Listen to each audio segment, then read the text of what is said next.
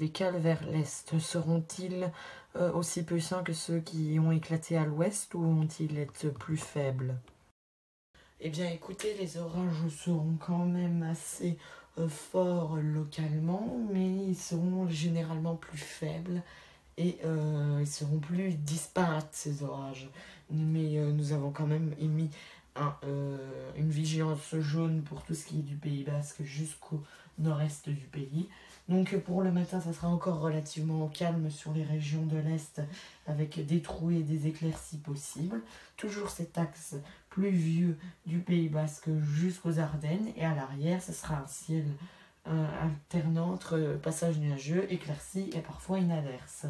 Pour ce qui est de l'après-midi, ces orages vont avoir tendance à se réactiver tout en avançant légèrement, s'étendant de Perpignan jusqu'à la Lorraine, qui finira par aller vers l'Alsace, la Franche-Comté en fin d'après-midi. Seule la côte niçoise restera à l'abri sur l'est du pays.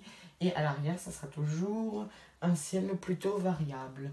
Pour ce qui est des températures, elles sont plutôt homogènes le matin, avec 15 à 16 degrés sur la plupart des régions. Et l'après-midi, elles sont en baisse au nord-est du pays, à cause de ces orages, justement. Enfin, à cause, tout dépend les personnes. Hein. Si vous aimez le chaud, c'est bien. Si vous n'aimez pas le chaud, bah, c'est bien.